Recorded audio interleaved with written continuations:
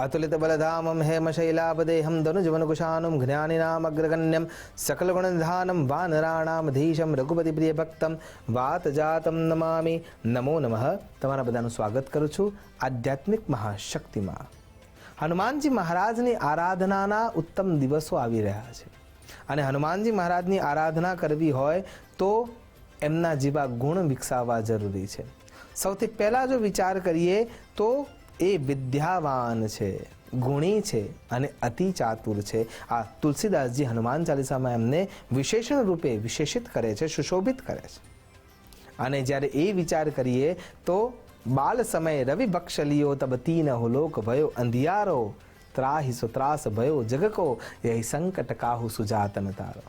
જેમને પોતાની શક્તિ, બલ, પૌરુષ બાલ્યાવસ્થામાં જ સિદ્ધ કરીને બતાવી દીધું। સૂર્યનારાયણ પાસેથી જ્ઞાન પ્રાપ્ત કરે છે।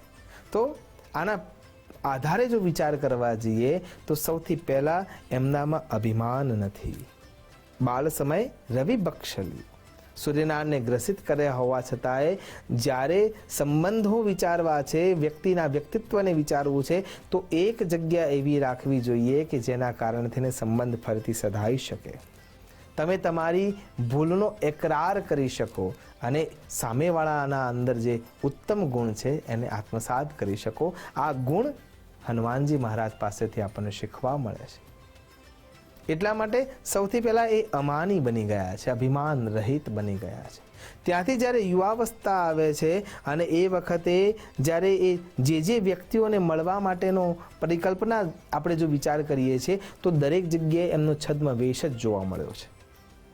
હનુમાનજીની કેટેગરી પણ કોઈ દેવ તત્વની કે ભગવાન તત્વની નથી, એનાથી ઉપરની એ કેટેગરીમાં આવે છે, કિમ પુરુષ જેને કહેવામાં આવે છે। એટલે કે જ્યારે હનુમાનજી મહારાજ રામજીને પહેલી વાર મળવા માટે જાય છે ત્યારે એક બ્રાહ્મણના વેશમાં જાય છે અને બ્રાહ્મણના વેશમાં જઈ અને વેદ પરાંગતતાની વાતો કરે છે। એ જ રીતે જ્યારે એ વિભીષણને મળે છે ત્યારે એ ફરીથી બ્રાહ્મણના રૂપમાં જ મળે છે।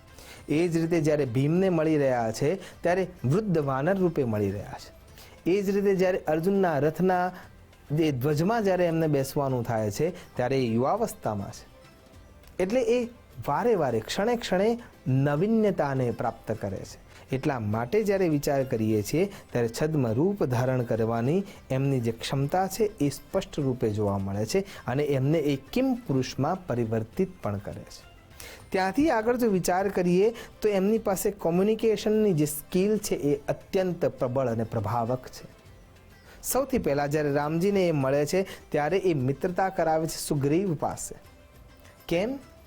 જો ઈચ્છત તો વાલી સાથે પણ એ વ્યવસ્થા કરાવી જ શકતા હોત મિત્રતાના ભાવે, પણ એ અધર્મના પ્રબળ અને પ્રશસ્ત વ્યક્તિને પણ ઓળખે છે અને ધર્મના માર્ગ તરફ જે સત્યવાન છે એને પણ ઓળખે છે અને એટલા માટે એ સુગ્રીવ સાથે એમની મિત્રતા કરાવે છે। ત્યાંથી જ્યારે લંકાના માર્ગ તરફ આગળ જઈ રહ્યા છે ત્યારે ત્યાં પણ અભિમાન તત્વને એ ઓગાળીને જ બેઠા છે। જામવંતજીના વચનોને સાંભળીને હનુમાનજીને પોતાની શક્તિ યાદ આવે છે અને પછી શક્તિ યાદ આવ્યા પછી પણ એ વિનમ્રતાથી ત્યાં કોમ્યુનિકેશનની સ્કિલ બતાવે છે અને જામવંતજીને હાથ જોડીને પૂછે છે। શક્તિ આવ્યા પછી પણ પૂછવાની ક્યાં જરૂર છે? આપણે આજે યુવાનો આ તો કરી રહ્યા છે। અને એ વખતે જામવંતજીના વચનોને સાંભળીને પછી છલાંગ લગાવે છે અને ત્યાંથી જ્યારે આગળ નીકળી રહ્યા છે ત્યારે સૌથી પહેલાં એ વિભીષણને મળે છે। વિભીષણને જ્યારે એ મળી રહ્યા છે ત્યારે પણ જે કોમ્યુનિકેશન કરી રહ્યા છે એ પણ વિભીષણને વિશ્વાસ આપવાની વાત કરી રહ્યા છે કે સુવર્ણની લંકામાં જ્યારે બધા જ સૂઈ રહ્યા છે ત્યારે જેના મુખમાં રામનું નામ છે ને એ જ જાગૃતતાને પ્રાપ્ત કરી શકે, એટલા માટે એના સાથે કોમ્યુનિકેશન કરે છે। જ્યારે સીતા માતાના જોડે જાય છે ત્યારે એમને વિશ્વાસ અપાવવાનું કામ કરે છે। ત્યાં એ પોતાની ઓળખ એ રીતે નથી આપતા કે હું બાલ્યાવસ્થામાં પંચ મહાભૂતોને સાધ્ય કરી ચૂક્યો છું, શાસ્ત્રને જાણનાર છું, બ્રહ્મ તેજથી યુક્ત થઈ ગયો છું। ના, એ પોતાની જાતને શું ઓળખમાં મૂકે છે? રામદૂત મેં માતુ જાનકી, સત્ય શપથ કરુણા નિદાન કી। ત્યાંથી આગળ જ્યારે રાવણની સભામાં જાય છે ત્યારે પરમ વિદ્વાન રાવણને પણ એ જ અવસ્થાથી સમજાવે છે। વિદ્વાનને સમજાવવો છે તો વિદ્વત્તાથી સમજાવી શકાશે। અને એટલા માટે એ રાવણ સાથે પણ એ જ રીતનો સંવાદ કરે છે. જ્યારે ભરતજી મહારાજને મળે છે ત્યારે પણ ભરતજીને સાંત્વના આપવાનું કામ કરે છે.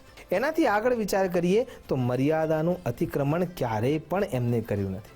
જ્યારે સીતા માતાને મળે છે ત્યારે તો સ્પષ્ટ રૂપે એમ કહે છે કે હું એટલો સમર્થ છું કે તમને મારી પીઠ ઉપર બેસાડીને લઈ જઈ શકું અને કોઈ પણ દૈત્ય મારા વેગનો સામનો નહીં કરી શકે, તમે ચિંતા ના કરો. પણ એ મર્યાદા વિરુદ્ધ થાય છે એટલા માટે એ એનો સ્વીકાર કરવા માટે તૈયાર નથી. ભગવતી પરાંબા પણ એટલે કે સીતાદેવી પણ અને એ પણ રાવણ સામે જાય છે ત્યારે પણ એવું સ્પષ્ટ રૂપે વિચારે છે કે હું તારો નાશ કરવા માટે સમર્થ છું જ, પણ મારા સ્વામીનો હુકમ નથી. એટલા માટે જે આગળનું જે લક્ષણ છે હનુમાનજી મહારાજનું, એમાં સર્વત્ર ઈશ્વરનો જ વાસ રહ્યો છે અને એના આશ્રય જ ચાલવાનું છે. એ લક્ષણ એમાં હનુમાનજીમાં જોવા મળે છે કે ભગવાન સર્વત્ર વ્યાપ્ત છે અને ઈશ્વરનો જ્યારે આશરો લેવામાં આવશે ત્યારે જ એ કાર્ય સંપન્ન થાય છે, સંપૂર્ણ થાય છે. આપણે તો ખાલી માધ્યમ રૂપ છીએ. હનુમાનજી જ્યારે આ બધી જ ક્રિયાઓ કરીને પાછા આવે છે, જ્વાળાઓની લપટોમાં લંકા સળગી રહી છે. સુવર્ણની લંકા, ખરાખર અર્થમાં જો સુવર્ણ છે એ ઓગળતું દેખાય છે, લંકા વિધ્વંસ થઈ રહી છે. અને જ્યારે રામજીને મળે છે ને આખી વાત વિદિત થઈ રહી છે ત્યારે રામજી એમ પૂછે છે કે ખરા અર્થમાં તમે બહુ મોટું કાર્ય કરી આવ્યા, તમે લંકા સળગાવી દીધી. અને ત્યારે એ આ અનુભવના આધારે એવું સ્પષ્ટ રૂપે કહે છે કે હું શું કરી શકવાનો હતો. આમાં 5 તત્વો એકત્ર થયા ત્યારે લંકા બળી છે. એમાં સૌથી પહેલું જે તત્વ છે એ ભગવતી સીતા વિરહમાં રડી રહી છે એટલે એમનો જે તાપ છે એ વાતાવરણમાં ફેલાઈ રહ્યો છે. મંદોદરીને ખબર છે કે રાવણે સીતાજીનું અપહરણ કરીને ખોટું કર્મ કર્યું છે, એને એક રોકી શકતી નથી. એટલે એનો સંતાપ જે છે એ સંતાપ એટલો પ્રબળ થઈ ગયો છે અને સાથે રાવણનું પાપ પણ એટલું પ્રબળ થઈ ગયું છે. એટલે કે સીતાજીનો તાપ, મંદોદરીનો સંતાપ, રાવણનું પાપ અને આ બધા જ સામે તમારો જે પ્રતાપ છે એ ક્યાં ઓછો છે. તમારા પ્રતાપના કારણે અગ્નિદેવ ત્યાં પ્રબળ થવા માટે તૈયાર થયા. અને ચોથું જે કારણ તમે આપ્યું તમારા પ્રતાપ સાથે, એના પછી 5મું જે કારણ છે એ મારા પિતાજી બાપ રૂપે એટલે કે પવનદેવે મદદ કરી અને આ 5 તત્વો એકત્ર થયા ત્યારે લંકા સળગી છે. એમાં મેં ક્યાં કશું કર્યું છે? તો જે આ અવસ્થાને સમજાવે છે અને ક્રેડિટ લેતો નથી. આપણે નાનું અમથું કામ કરીએ અને ક્રેડિટ લેવા માટે દોડીએ છીએ તો આપણી ભૂલ થાય છે. તો હનુમાનજીના આપણે ખરા અર્થમાં ભક્ત નથી. તો હનુમાનજીને જે જન્મોત્સવની રૂપમાં આપણે ઉજવણી કરી રહ્યા છીએ એમાં આ ગુણોને આત્મસાત કરીએ. આશા કરું છું ભગવાન હનુમાનજી મહારાજની શક્તિ, ભક્તિ, બુદ્ધિ, સામર્થ્ય અને એનો અંશરૂપ ભાગ આપણાના અંદર ઉતરે. આપણે સતત જાગૃત અવસ્થાને પ્રાપ્ત કરી રાષ્ટ્ર સેવાના સંકલ્પને પાર પાડીએ અને ખરા અર્થમાં રામ રાજ્યમાં રહી શકીએ. એ જ પરિકલ્પના, અભ્યર્થના સાથે નમસ્કાર. અસ્તુ સદા શિવોહમ. નમો નમઃ.